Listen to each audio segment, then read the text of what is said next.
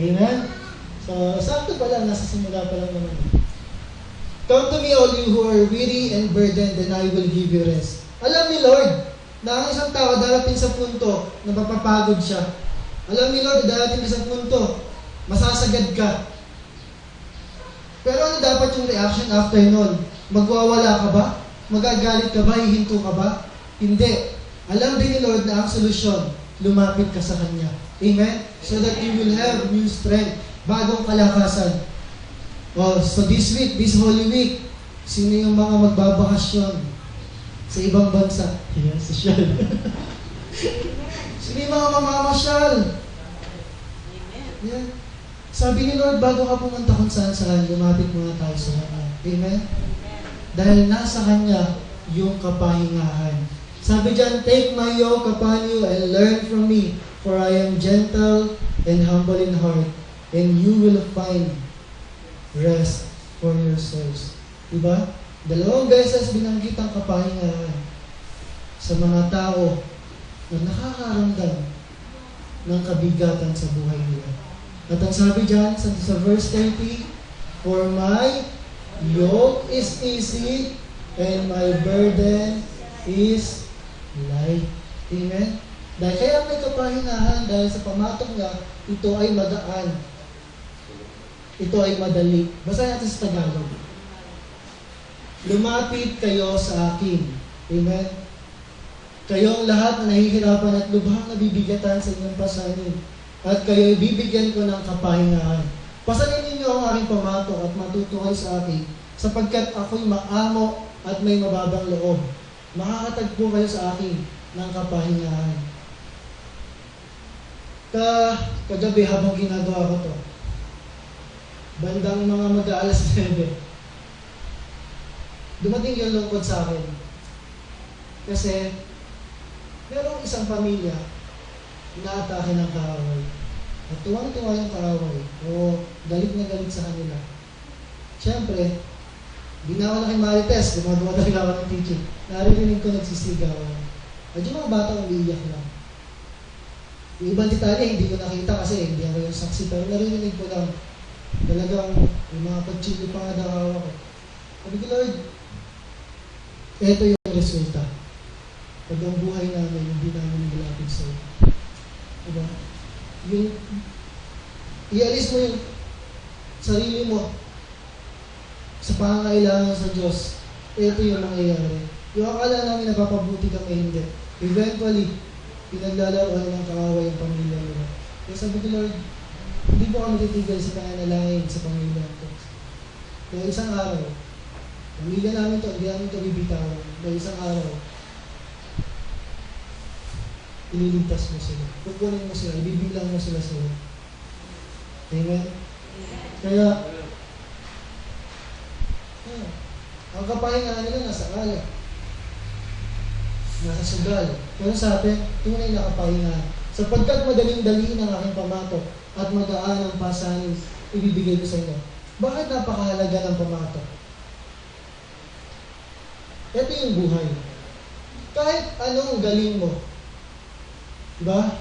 Kahit anong skills mo, kahit anong strategy mo, dito yung kahit anong budgeting, kulang pa rin. Yung, siyempre, yung tinatsaga mo pa isa-isa, ipamasahe, lilisan mo yan, mabudget ka, Lord, kulang pa din. Na? Kahit anong effort mo, di ba? Ang trabaho ka ng linggo, wala pa rin. Bakit? Kapag ka wala si Kristo sa buhay natin, kahit anong gawin natin, kulang ang buhay. Amen? Kaya the moment na lumayo tayo sa Panginoon, the more na magkukulang ang buhay natin. So we need to always make sure nakasali si Lord sa kantuhan ng buhay natin. Because something is always missing kapag wala si Lord sa buhay mo. Amen? Kaya ngayong araw na to, paglalalimin natin yung patungkol sa iyo. At ito, yung binigay sa atin ng Panginoon. Ano yan?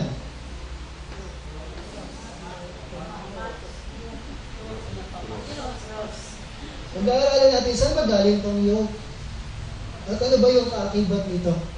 So, pag-aaralan natin, ang mensahe natin is the yoke and the cross of Christ. Ang pamatok at ang krus ni Kristo. Di ba? Galing, no? Nandyan yung pamatok, nandyan yung krus, nandyan na lahat para sa atin. So ano bang koneksyon ng yoke sa kanyang cross? Ano ba yung kahalagahan niya sa atin? Kasi di ba, ang binibigay sa atin ni Lord yung pamatok niya, yung yoke niya. At ang ginawa niya dito na naging tao siya, kinuha niya, dinala niya yung cross din niya. Amen? So pag-aaralan natin, ano nga ba yung cross? Ano yung relation niya doon sa yoke, sa pamatok? Ang cross, ito yung simbolo ng sakripisyo at kamatayan. Di ba? Simbolo ng sakripisyo at kamatayan. Ito yung ginawa ng Panginoong Jesus. Ito yung tapos na finished work na niya. Amen?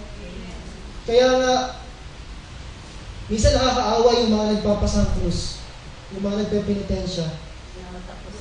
Bakit? Kasi gusto nila, may desire to please the Lord, to ease the guilt, mawala yung guilty feeling, mawala, mapatawad. Yan yung mamimiss mo dati-dati pag bumalik mo yan ng Canada.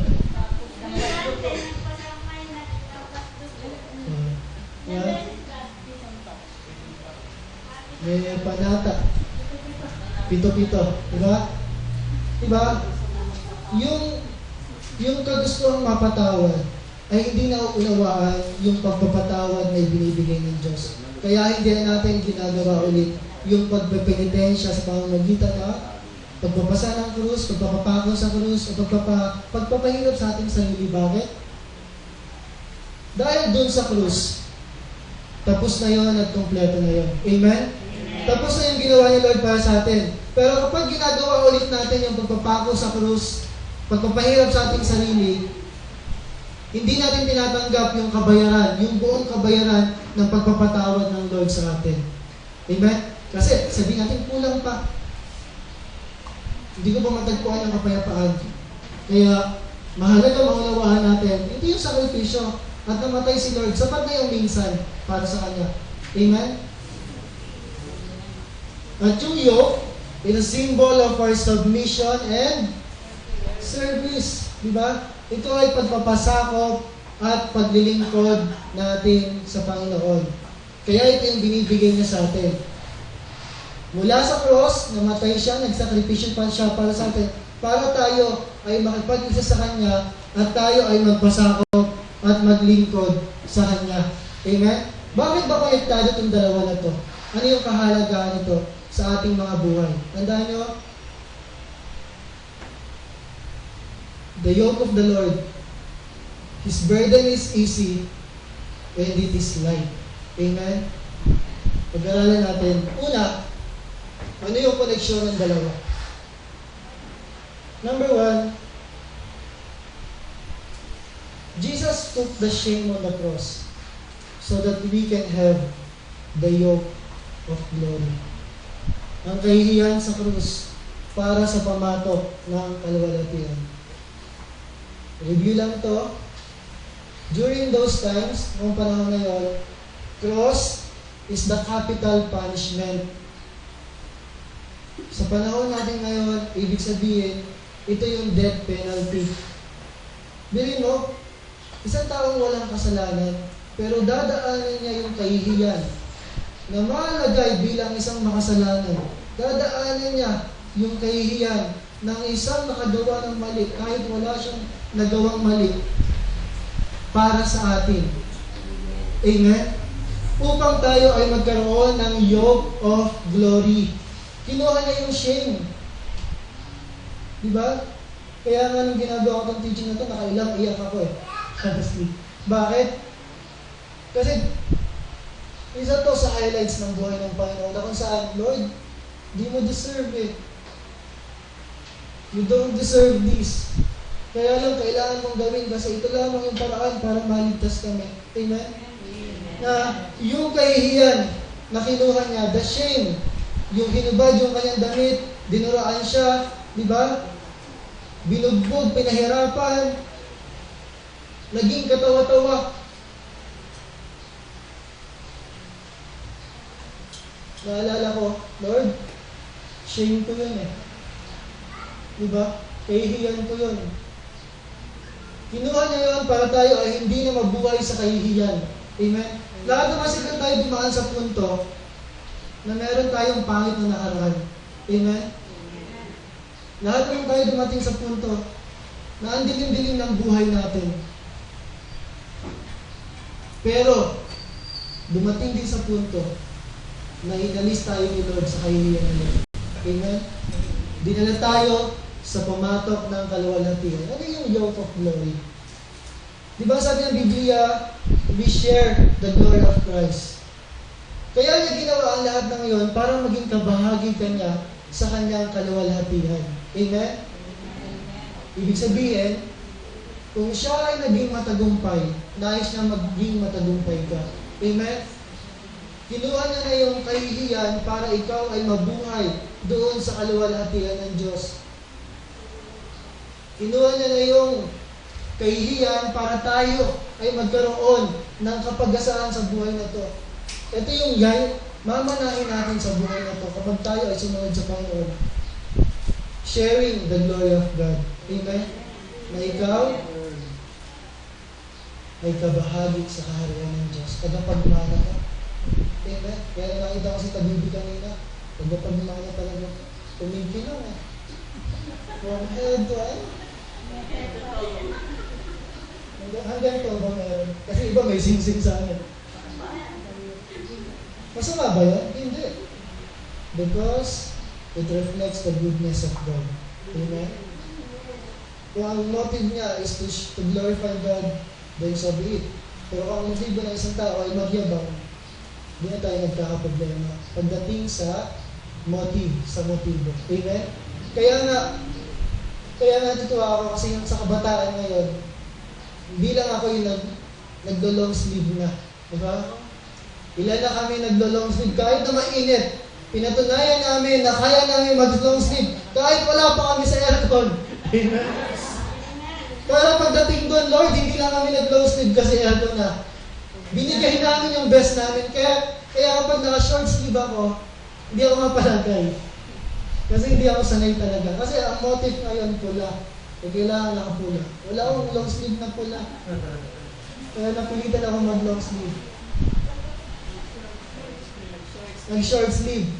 The glory of God, ibig sabihin, the more we mature in Christ, habang lumalakad ka kayo sa Panginoon, mas lalo kang nagiging kamukha ni Kristo.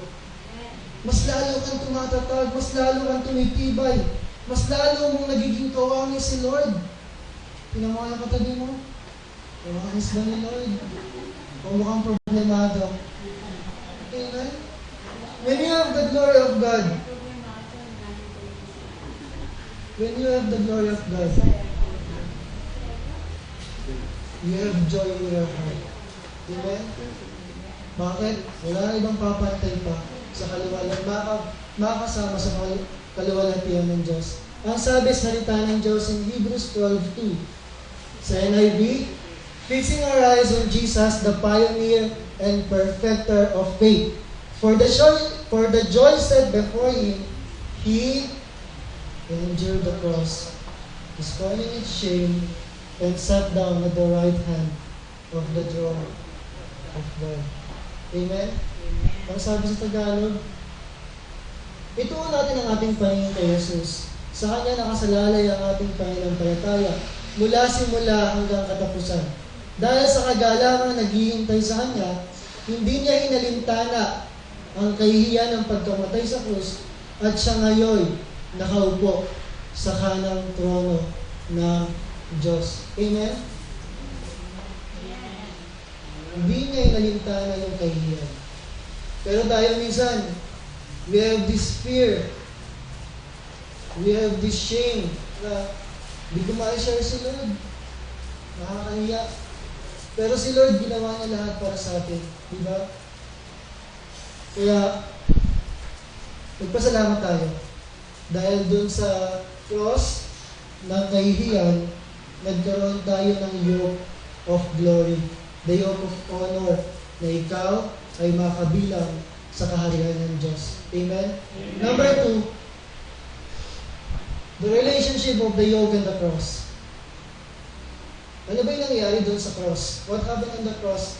And what are we receiving on the yoke? Number 2, ano ang mapansin niyo?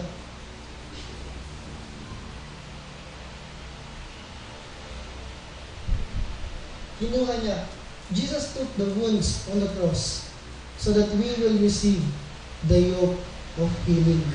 Napansin natin yung pamatok ni Lord. Mararanasan natin yung kagalingan ng Diyos. Amen? Ang mga latay na sa krus para sa pamatok ng kagalingan. Amen? Diba? Ilan yung tinanggap niya na sugat doon sa krus ng Kalbaryo? Alin dyan yung nauna? The crown of thorns, the wounds from flagellation, the hands, the pierced side, or the feet? Pag nanonood kayo ng The Passion of the Christ, anong nauuna dyan? Ano yung unang tinanggap na sugat na latay ng Panginoon Jesus? Alin? Flagellation? Siyempre yung the pierced side, ito yung pangdulo. Iyan yung pang-finishing eh. Iyan yung sinisigurado na patay na yung tao. Kaya pangdulo na yan. So, sino nagkasabi the crown of thorns? Diba? May premyo kay Christian May yung tatawa. Papanalangin niya kayo. Amen? Sino nagkasabi ng wounds from flagellation? Diyan na? Samahan niya ako. Hindi. Ayon sa history, kung babalikan yung Bible, ang una yung tinanggap, after pinapili ng tao, kasi dapat, pwedeng makalaya si Jesus eh. Pwede siya makalaya. Pinapili siya. Mamili kayo. Sino papakawalan ko? Si Jesus o si Gandhi? Pinili ng tao si Gandhi. Kaya ang nangyari, ang Panginoong Jesus, papunta sa krus ng Kalbaryo. Ang una yung tinanggap, pinagkatuwaan siya ng mga Romanong sundalo. Nilagyan siya ng crown of thorns. Hindi lang basta nilagay, diniinan pa. Diba yung crown of thorns? Imagine how much Jesus suffered for us. Yung pain, after pain, hindi pa tapos yan. Pagtapos yan, nagkaroon pa siya ng wounds from flagellation, yung latay sa latigo. At syempre, after nun, napako na siya. Nakuha na niya yung mula sa kamay at sa paa. At yung pang-uli, yung pierced side. May pang-anim dyan eh. Binura ko lang eh kasi hindi ko malaman kung totoo o hindi. Na yung pagtusok daw dito, kasi alam nila, sabi nila dito pero malaki ang pagkakataon na dito tinusok. Bakit? Dahil para daw tumagos sa puso. Kaya yun yung pang-anim nila. Pero dahil hindi ako sigurado, hindi na ako. Amen? Diba doon sa panghuling wound na yun, ano yung lumabas? Yung pagkakatusok sa tagiliran niya. Tubig at dugo. Bakit? Pinakita sa atin ng Panginoon, sa dugo, nililinis niya tayo, pinapatawad sa ating kasalanan. Ano yung tubig? Now on the cross, may buhay tayo. Water is a symbol of life. Sa kanyang pagkamatay, may buhay tayo. Amen? Kaya sabi ng salita ng Diyos, in Isaiah 53 verse 5, but He was pierced for our transgressions, He was crushed for our iniquities. The punishment that brought us peace was on Him, and by His wounds, we are healed. Sa Tagalog, ganyan sabi, ngunit siya'y nasugatan dahil sa ating mga pagsuway, siya'y binugbog dahil sa ating mga kasamaan, ipinataw sa Kanya ang parusa para sa ating kapayapaan, at sa pamamagitan ng Kanyang mga latay, ay gumaling kayo. Amen? Sabi nga ng mundo, time heals all wounds. Totoo o hindi? Na ang panahon daw ay nakakapagpagaling. Ang paglipas ng panahon. Hindi. Time doesn't heal all wounds. Only Jesus does. Amen? Only Jesus can heal our wounds. Hindi oras, hindi panahon. Bakit hindi panahon? Kung mapapansin nyo, yung nakaraan, pinag-aralan natin yung mga historian. Diba? May mga tao hindi pa makalaya sa past history. May mga sugat pa yung puso nila na akala lang gumaling, pero buhay pa pala. Buhay pa yung sugat na yun. Na pag natin kimo, halimbawa, pag naalala yung isang bagay, nabubuhay ulit yung sugat na yun. Pero, when we have the healing of Jesus, lahat ng klaseng kagalingan, mararanasan natin. Amen? Jesus heals all our wounds from the past, present, and unto the future. Amen? Ganon katindi. At ang dugo niya ay hindi nawawala ng kapangyarihan. Amen? Laging gumagana. Kaya kapag tayo may nararamdaman, physical man, emotional, lagi natin alalahanin.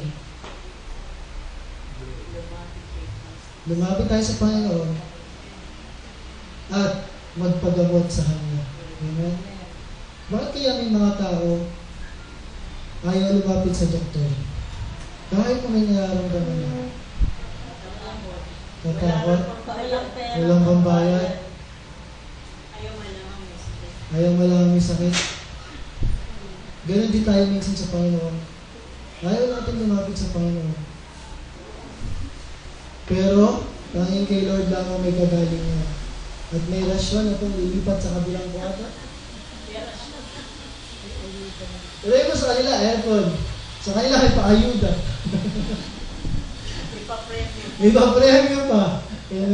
Kaya ginagawa natin ang lahat so that one day, these young people, yung mga bata na to, ay makakasama natin na naglilingkod sa Panginoon.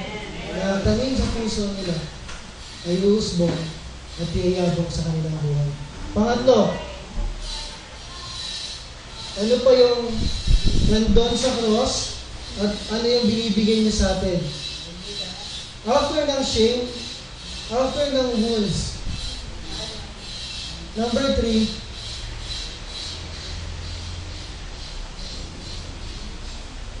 doon sa krus, it is a symbol of curse. Amen? Symbol of curse and the flower of blessing. Ayan yung bulaklak yan, yung blessing yan. Kaya lang, sumasakit yung ulo yata. Doon siya kumukuha ng energy. Amen?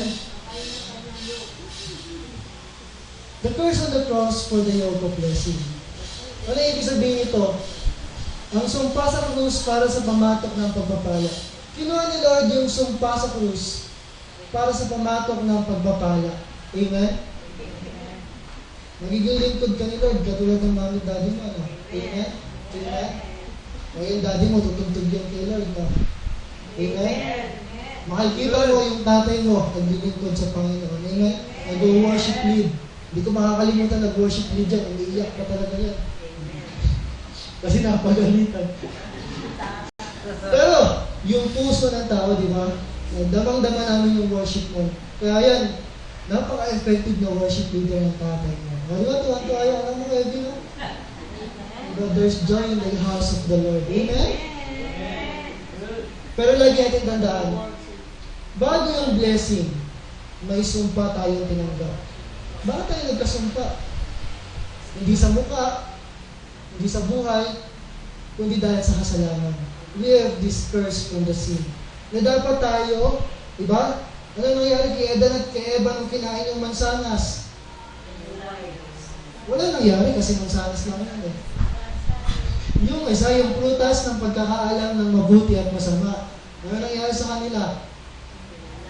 Pinalayas. Ganyan yung curse na ibig sabihin dito.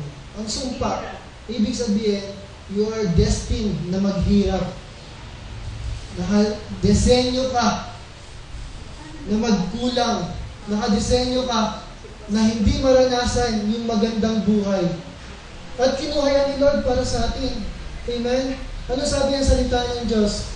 In Galatians 3:13, Alam mo yun? Galatians.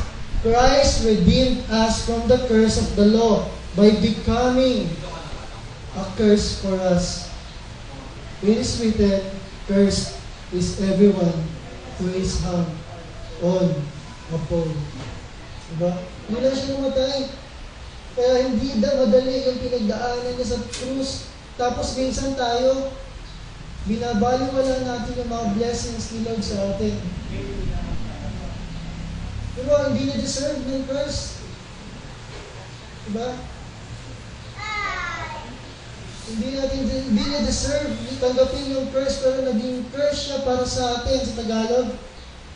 Isinumpa siya sa atin. Pinubos tayo ni Kristo mula sa sumpa ng kutusan nang siya'y naging sumpa para sa atin. Sapagkat nasulat, sumpain ang bawat binibitay sa punong kahoy. Diba? Sinumpa yung mga tao na nakabitin sa krus. Ito ang matinding parusa. Amen? Kaya nga, ang buhay natin ay namumuhay sa pagpapala ng Diyos. Amen? Diba? Yung magulang mo nakakabili ng headband para sa iyo. Kahit na mainit, kahit na masikip, di ba? Nagkakaroon ka ng flower. Bine-bless ni Lord yung mga magulang mo para may flower ka. Amen.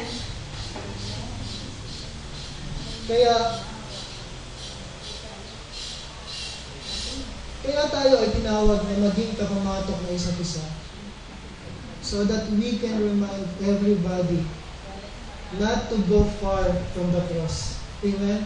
Not to go far from the Word of God. Amen? Maging kalakasan tayo ng isa't isa dahil ang buhay na malayo sa Panginoon ay buhay na sinumpa. Walang kapagdasaan.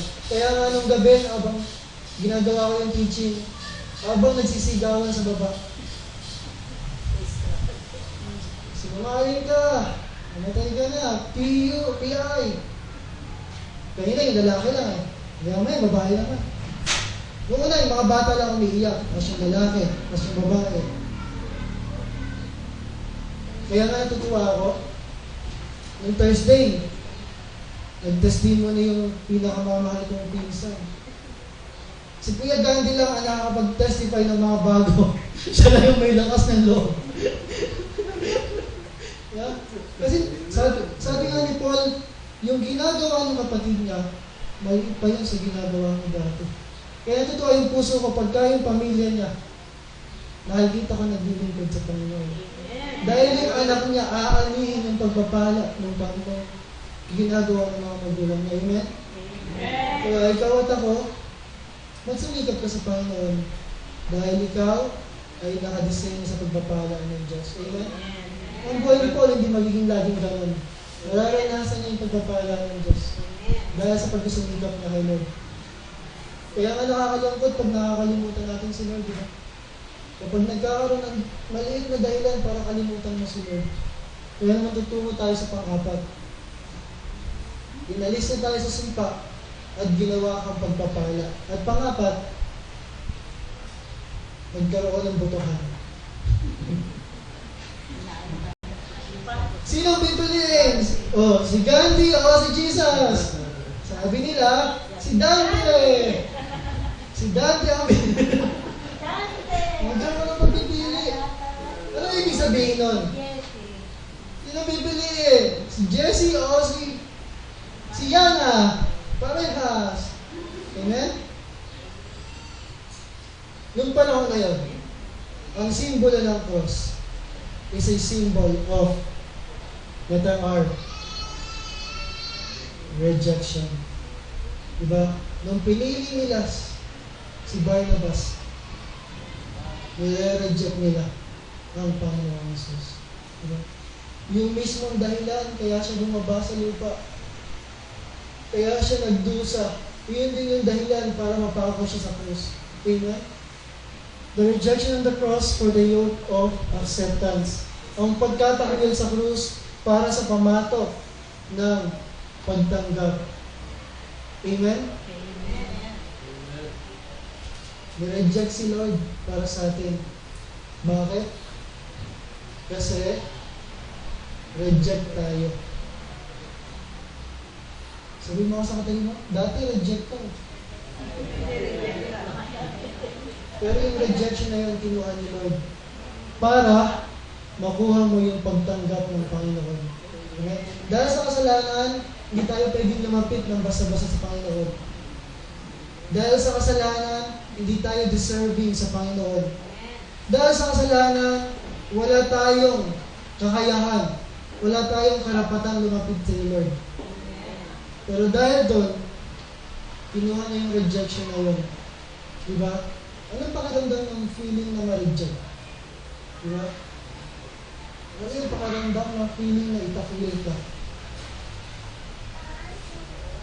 Diba?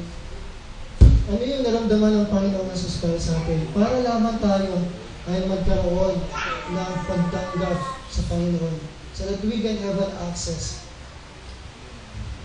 Titingnan ko kung gagana yung kapangyarihan ng director. Sa batang maliit. Sinisimulan na, manda ka na, bubay. Sinisimulan ka na. Amen? The rejection on the cross. Rejected tayo eh. Hindi tayo pumasa dun sa quality control. Hindi tayo karapat-dapat. Pero ginawa kang karapat-dapat. Ano yung kanta last week? Niyakap mo ako sa inibig mo nang di ka mataas na. Ganun nga. Kaya, diba? Ang isang magulang, kahit gaano kadumi ng anak niya, hindi siya papayag ng kadumi ng anak niya. Amen? Ganon din si Lord sa buhay natin. Kinuha niya yung rejection, kinuha niya yung shame, kinuha niya yung curse, kinuha niya yung wounds para sa iyo, para sa atin, para sa tao. Kaya sabi dito, in Isaiah 53 verse 3, He was despised and rejected by mankind, a man of suffering and familiar with pain. Like one from whom people hide their faces, He was despised, and we held Him in low esteem. Ang sabi sa Tagalog, siya'y hinamak at itinakwil ng mga tao. Hindi lang basta itinakwil, hinamak pa si Lord. Isang taong nagdurusa at sanay sa kalungkutan.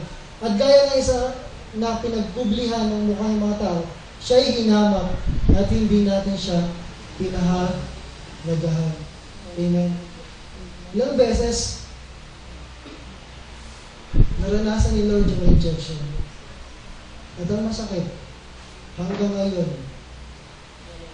nare-reject pa rin si Lord. Nare-reject ang kanyang salita. Nare-reject ang kanyang presensya. Diba? Kaya nakakahiya kay Lord pag pinagpapalit natin siya. Nakakahiya kay Lord kapag gawain tapos hindi mo pinipili yung pinakamahalaga. Nakakahiya kay Lord. Kasi ginawa niya lahat para sa atin. Para tayo ay lumakad, nakatanggap-tanggap sa harapan ng Panginoon. Amen? Amen. Napakula, dito na po ako magtatapos. Sumatotal. After ng, ano yung una? Shame. Di ba dito, lalo na kung may sa mga trabaho, nag-iingat ka na magkaroon ka ng kahihiyan, di ba? Iiwasan mo yun. Iiwasan natin yun. Ayaw natin may mapulaan tayo. Pero kinuha ni Lord yun. After ng shame, pangalawa ay wounds. Kaya nga tayo, diba? Sa buhay ng tabibig, kita natin that she received the healing from the Lord, diba? Dapat wala na eh. Dapat sumo na. Pero dahil siya ay gagamitin pa ni Lord, nararanasan niya pa yung kagalingan. Amen? Na kahit yung mga nararamdaman, Sabi nila, ang isang tao, alam mo, nagmamature o tumatanda kapag naiiba yung laman ng bag.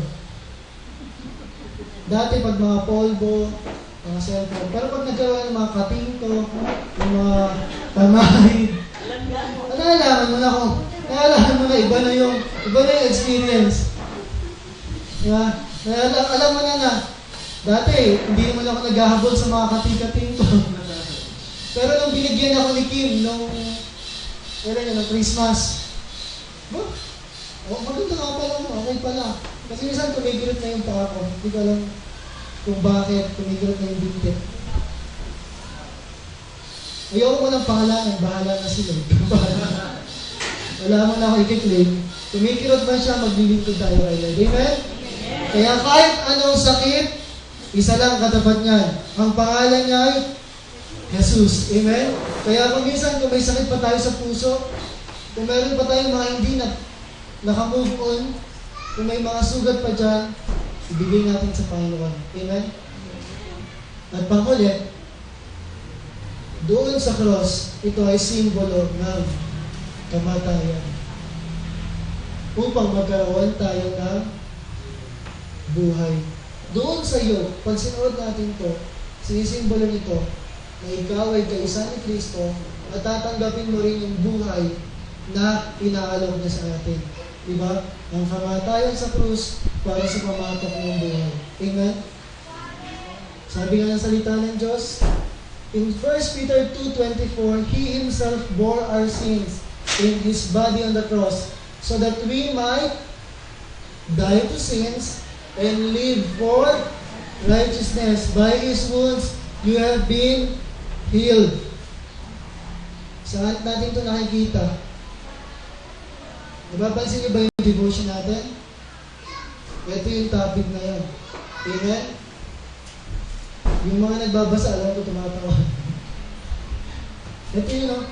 Ang sabi niya sa Tagalog, siya mismo ang nagdala ng ating mga kasalanan sa kanyang katawan sa punong kahoy. So pag tinutukoy yung punong kahoy sa Biblia, ang tinutukoy yung krus. Kasi ang krus ay gawa sa kahoy, gawa sa punong kahoy. Upang tayo mamatay sa mga kasalanan at mabuhay sa katwiran. Dahil sa kanyang mga sugat ay gumaling tayo. Amen? Pinagaling tayo ng Panginoon. At tayo ay namamatay sa kasalanan upang mabuhay sa katwiran. Amen? Deserve natin. Dahil sa kasalanan, deserve natin. Pero dahil sa pagginawa ng Panginoon Jesus, once and for all, the payment has been made. Binayaran ni Lord yung utang mo. Binayaran ng Diyos yung kabayaran ng kasalanan mo. Binayaran ng Lord yung lahat ng dapat bayaran para sa iyo. Amen?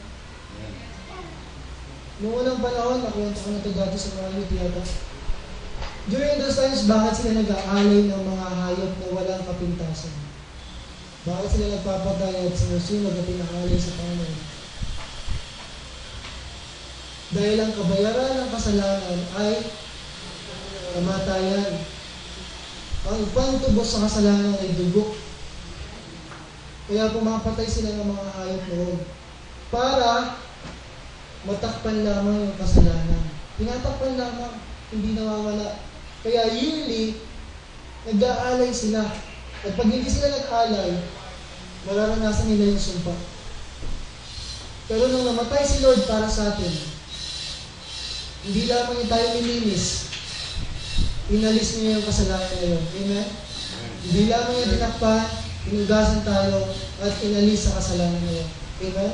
So, recap natin. What is in the yoke and in the cross of Christ? The Yoke and the Cross of Christ, Episode 3. Ang pumatok at krus ni Kristo. Number 1,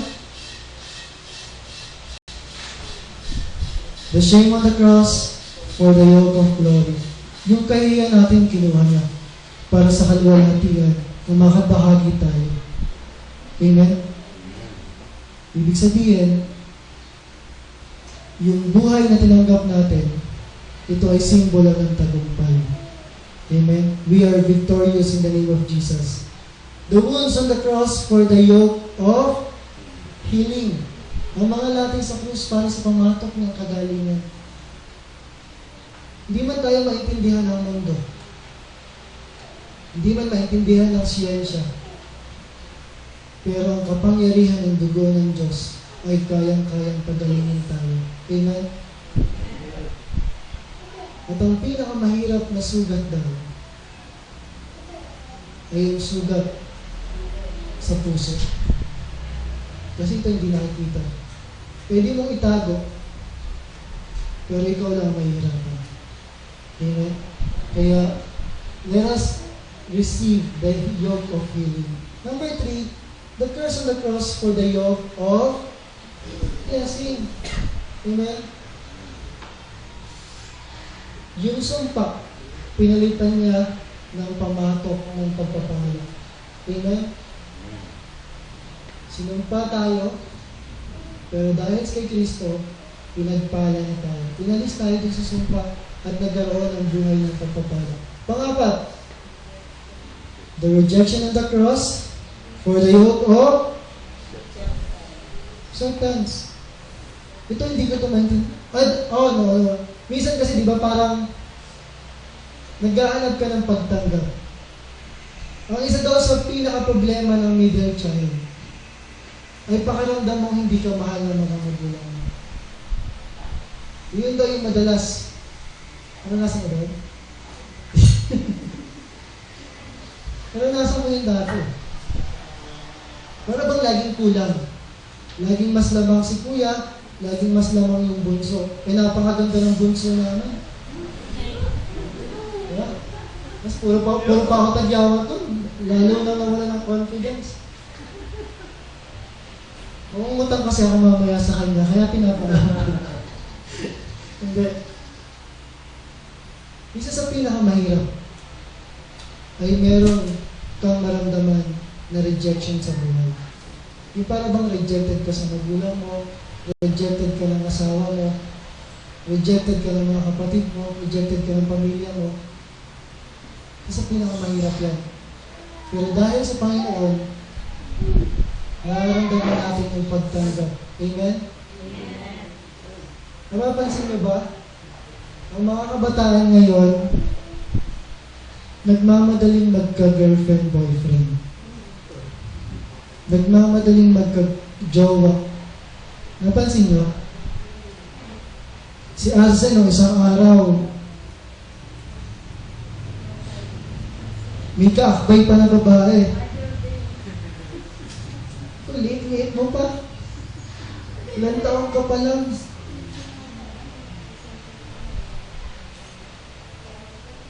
Yung kigil ka, marami na naghahapon. Nire-regaluan pa lang ng di ba? Why? Because Satan is trying to distract them with other love. Amen? Dinidistract sila sa ibang pag-ibig. Bakit? Dahil yung pag-ibig ng Diyos hindi matagpuan sa bahay. Pag kulang sa bahay, pag hindi maranasan yung pag-ibig ng Diyos sa bahay, hahanap kayo niya na iba. Kaya ang ginagawa ng kaaway ngayon,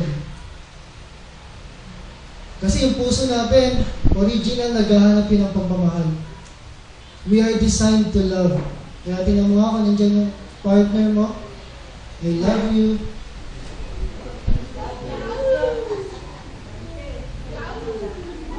Wait, tapos.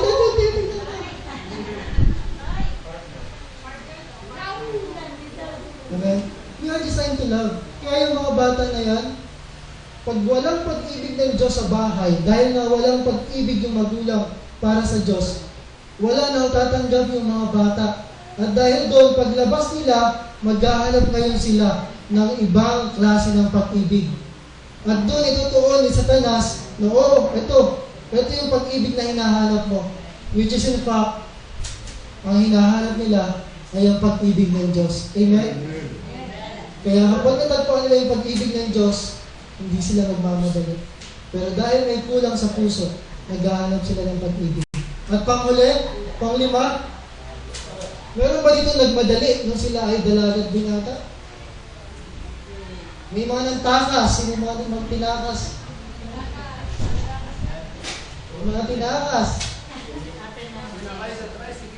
Sinakay sa tricycle? Ilang taon kaya nagpasan? Magti-20. Pwede na. 19. Tinakas lang yun ah. Pinilit. Amen? Amen? At pangmuli, the death on the cross, the death of Jesus for the yoke of life. Amen? Ang kamatayan sa krus para sa pamatok ng buhay.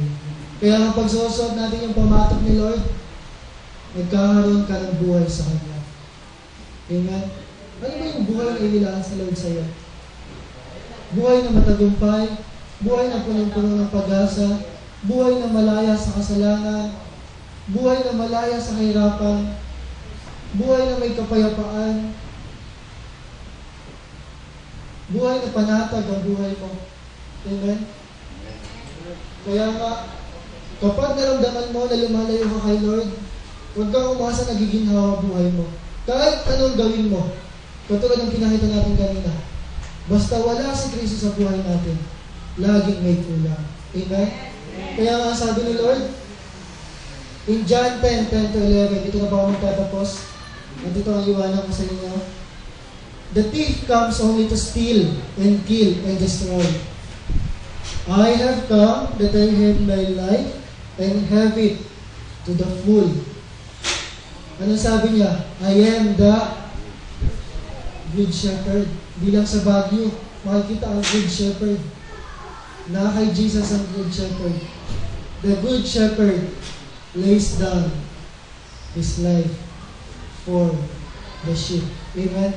Sa Tagalog, basahin natin, dumating ang magnanakaw para lang magnakaw, pumatay, at manira. Naparito ako upang ang mga tupa ay magkaroon ng buhay na masaganang lubos. Ako, ang mabuting pastol, iniaalay ng mabuting pastol ang kanyang buhay para sa mga tupa. Amen? Iniaalay ni Lord yung buhay niya para sa iyo. Iniaalay niya yung buhay niya para sa atin. Para ikaw ay makaranas ng buhay na pagpapala. Amen? Kaya, anong dahilan para kalimutan natin si Lord? Anong dahilan para hindi maunahin si Lord? Anong pwede natin pagpalit si Lord? Anong pwedeng dahilan para hindi tayo lumapit sa Kanya? Amen? Can I pray for you? Pwede ba tayong tumayo at lumapit sa Panginoon? For this day is the day of the Lord. And the Lord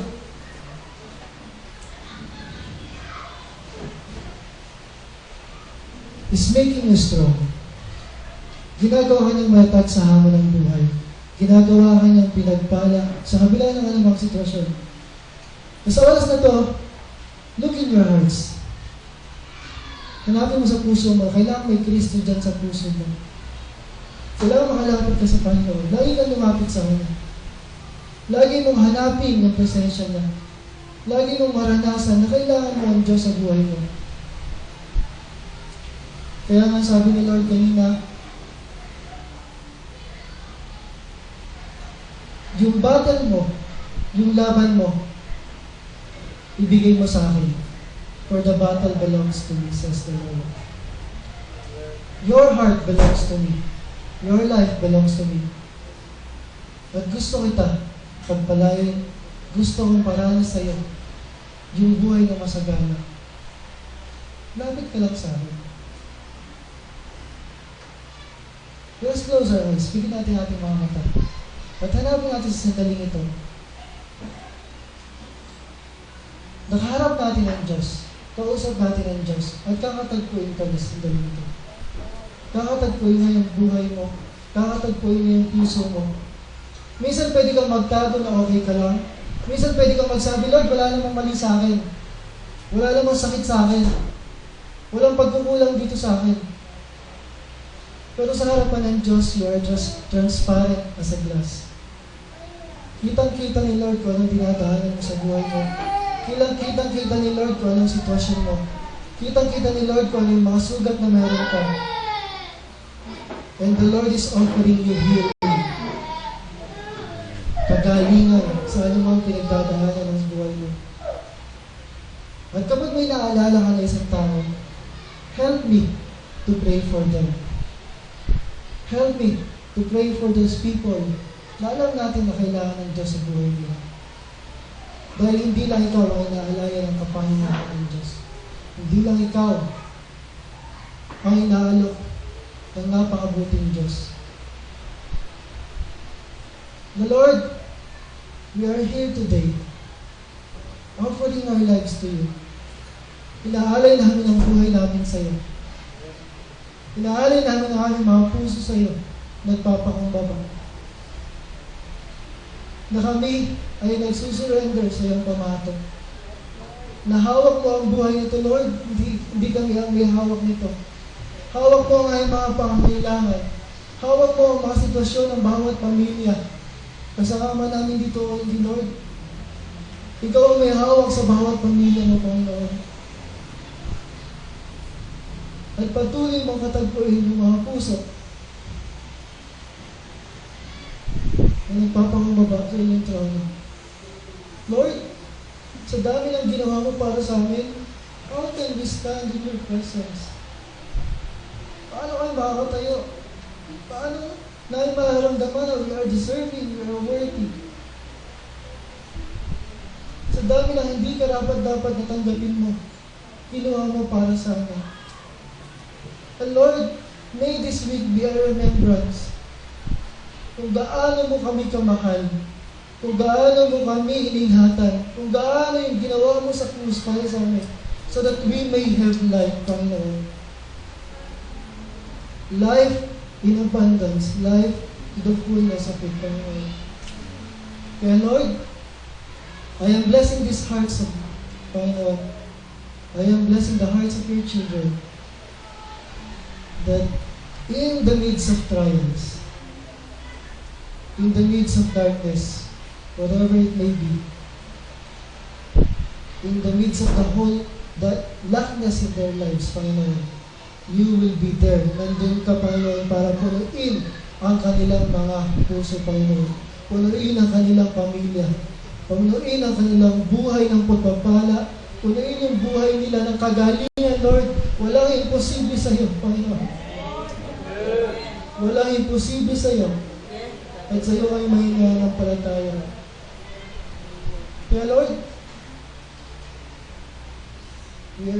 let us receive your yoke, Panginoon. Tinatanggap po namin ang pamahatak ng buong kumbabaan na kahit hindi kami karapat-dapat, ginawa mo kami karapat-dapat. Kahit may pagkukulang, ginawa mo kami nararapat sa iyo, Panginoon. Kahit ang may mga pagkakamali, nilinis mo kami at pinatawad. Kaya Lord,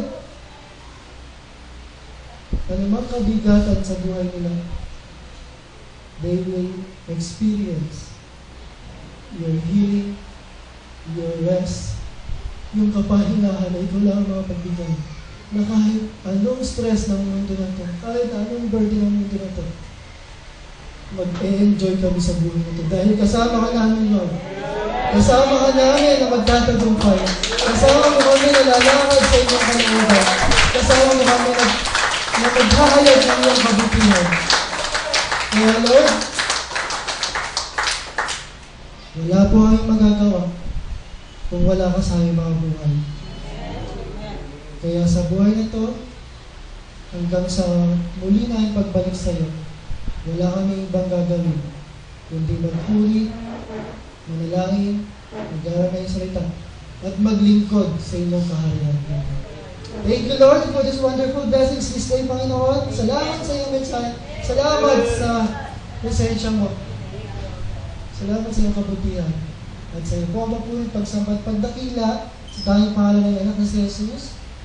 And everybody will say, Amen. Ang lahat po ay makakapula. Sige po tayo tutungo na sa ating tithes and offering. At kayo na pala nakaschedule.